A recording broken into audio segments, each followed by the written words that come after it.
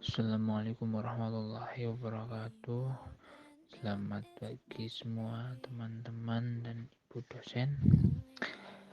Kami dari kelompok 5 akan mempresentasikan hasil diskusi kami yang bertema kriminalitas. Kelompok kami terdiri dari 3 anggota, yaitu saya sendiri, Riki Firmansyah, Nur Azizah, dan Widayani Gurde. Materi yang pertama akan disampaikan oleh saya sendiri. Kriminalitas berasal dari kata cermin yang berarti kejahatan. Berbagai sarjana telah berusaha memberikan pengertian kejahatan secara yuridis, berarti segala tingkah laku manusia yang dapat dipidana yang diatur dalam hukum pidana. Kriminalitas atau tindakan kriminal, segala sesuatu yang melanggar hukum atau sebagai tindakan kejahatan. Pelaku kriminalitas disebut sebagai seorang kriminal. Biasanya yang dianggap kriminal adalah seorang pencuri, pembunuh, perampok, atau teroris. Walaupun begitu, kategori terakhir teroris agak berbeda dari kriminal karena melakukan tindak kejahatannya berdasarkan motif politik atau paham. Pengertian kriminalitas menurut beberapa ahli. Yang pertama itu menurut MVD, kejahatan yaitu perbuatan yang meskipun tidak ditentukan dalam undang-undang sebagai perbuatan pidana telah dirasakan sebagai on-track, sebagai perbuatan yang bertentangan dengan tata hukum. Yang kedua, menurut Susilo, secara yuridis mengartikan kejahatan adalah sebagai suatu perbuatan atau tingkah laku yang bertentangan dengan undang-undang. Secara sosiologis mengartikan kejahatan adalah sebagai perbuatan atau tingkah laku yang selain merugikan penderita atau korban juga sangat merugikan masyarakat, yaitu berupa hilangnya keseimbangan, ketentraman, dan ketertiban. Yang ketiga, menurut M.A. Eliot, kejahatan adalah problem dalam masyarakat modern atau tingkah laku yang gagal dan melanggar hukum dan dapat dijatuhi hukum yang bisa beberapa hukum penjara, hukum mati, hukuman denda, dan lain-lainnya. Yang terakhir yaitu menurut Dr. J. Sehatapi dan Marjono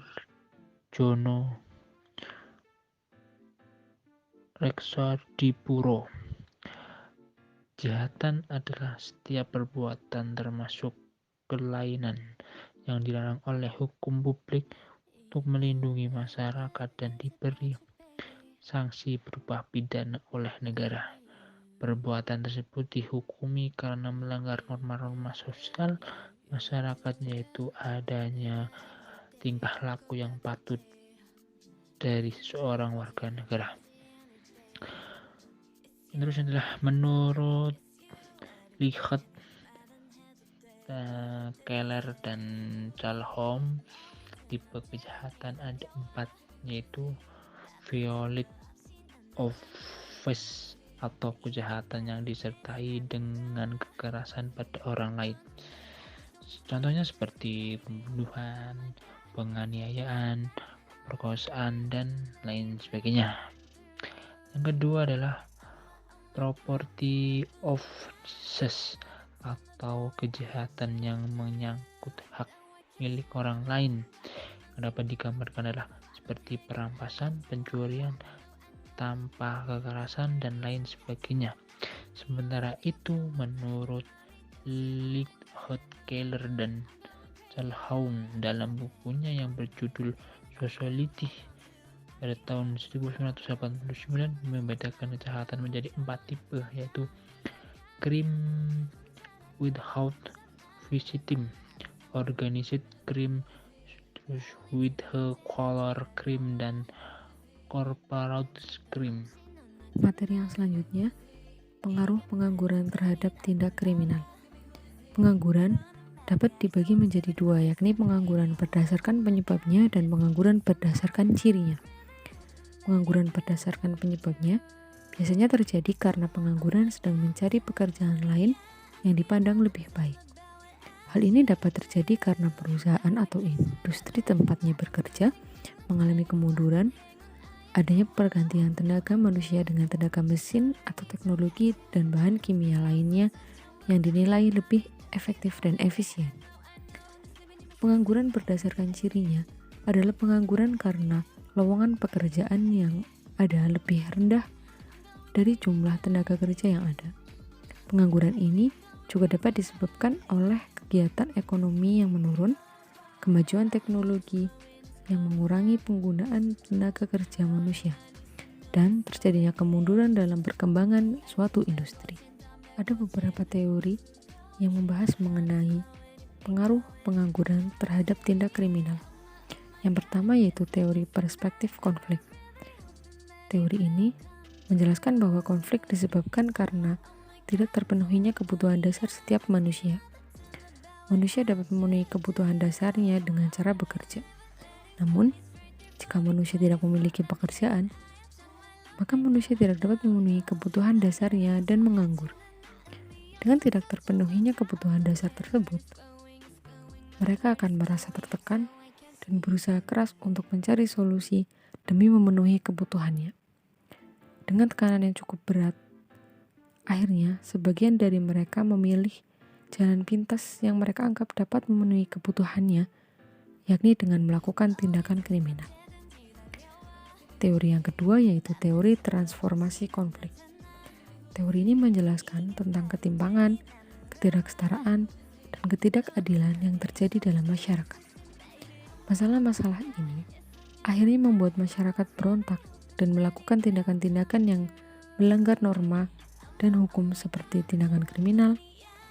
Sebagian masyarakat melakukan tindakan kriminal agar mereka dapat disetarakan dengan masyarakat lainnya yang memiliki pekerjaan. Teori yang ketiga yaitu teori negosiasi prinsip. Teori ini menjelaskan bahwa penyebab suatu konflik adalah posisi-posisi yang tidak selaras dan perbedaan pandangan. Hal ini disebabkan oleh perbedaan kepentingan dari pihak-pihak yang berkonflik. Contohnya, seperti pengusaha yang berkepentingan untuk melakukan produksi secara efektif dengan menggantikan tenaga manusia oleh tenaga mesin. Selanjutnya, pengaruh kepadatan penduduk terhadap peningkatan tindakan kriminal. Ada beberapa teori yang mendukung hal tersebut. Yang pertama, teori kependudukan yang dikemukakan oleh Thomas Robert Malthus. Beliau mengatakan, kepadatan penduduk dapat menyebabkan sebagian penduduk kesulitan mendapatkan sumber-sumber pokok yang layak, sehingga sebagian penduduk melakukan tindakan kriminal demi memenuhi kebutuhannya. Yang kedua, ada teori Marx yang menunjukkan bahwa kepadatan penduduk dapat menyebabkan keterbatasannya lapangan pekerjaan. Lapangan pekerjaan yang terbatas akhirnya menyebabkan tingginya tingkat pengangguran yang sejalan dengan tingkat kriminalitas. Yang ketiga, teori John Stuart Mill yang menjelaskan bahwa kepadatan penduduk menjadi salah satu penyebab dalam proses peningkatan kualitas masyarakat. Oleh karena itu, sebagian masyarakat mencari cara lain untuk meningkatkan kualitas dirinya dengan melakukan tindakan kriminal. Teori yang keempat yaitu teori Dumont dan Durkheim yang mengacu pada persaingan antar penduduk dalam mempertahankan hidup. Kepadatan penduduk membuat persaingan semakin ketat dan meningkat. Persaingan ini akhirnya meningkatkan sebagian masyarakat melakukan cara lain untuk tetap memenangkannya, yaitu dengan melakukan tindakan kriminal. Kemudian adapun penyebab kriminalitas menurut beberapa para ahli dapat disimpulkan sebagai berikut. Yang pertama, kemiskinan merupakan penyebab dari revolusi dan kriminalitas atau Aristoteles. Yang kedua, kesempatan untuk menjadi pencuri. Yang ketiga, kehendak bebas, keputusan yang hedonistik dan kegagalan dalam melakukan kontrak sosial. Yang keempat, atavistic trait atau sifat-sifat antisosial bawaan dengan penyebab perilaku kriminal. Yang kelima, hukuman yang diberikan pada pelaku tidak proporsional. Kemudian akibat dari tindakan kriminalitas yang pertama yaitu kerugian materi. Hal ini bisa terjadi jika tindakan kriminalitas masih dalam tahap agak berat, seperti pencopetan, penipuan, penjamretan, pencurian, dan lain-lain yang tanpa disertai dengan tindakan kekerasan. Yang kedua, trauma. Trauma bisa terjadi pada seseorang yang mengalami tindakan kriminal yang biasanya disertai dengan ancaman seperti dengan membawa benda-benda tajam seperti pisau, celurit, pistol, dan lain-lain. Yang ketiga yaitu cacat tubuh dan tekanan mental. Hal ini bisa saja terjadi jika suatu tindakan kriminal disertai dengan tindakan kriminal yang lainnya, atau jika seseorang melakukan tindakan kriminal itu sudah memasuki tahap tindakan kriminal yang berat. Contohnya, jika suatu tindakan pencurian disertai dengan penganiayaan atau pemerkosaan dan lain sebagainya. Yang keempat, kematian. Kematian terjadi jika tindakan kriminal yang dilakukan oleh seseorang kelompok sudah memasuki tingkat sangat berat, seperti pembunuhan, mutilasi, dan lain-lain. Biasanya hal ini didasari oleh beberapa motif. Kemudian manfaat dari terjadinya tindakan kriminal. Yang pertama, menegaskan nilai-nilai kultural dan norma-norma yang ada di masyarakat. Yang kedua, menciptakan kesatuan sosial dengan menciptakan dikotomi kami dan mereka. Yang ketiga, mengklarifikasi batasan-batasan moral. Yang keempat, perilaku menyimpang boleh jadi merupakan pernyataan setiap individu yang menentang terjadi tujuan dan norma dalam kelompok.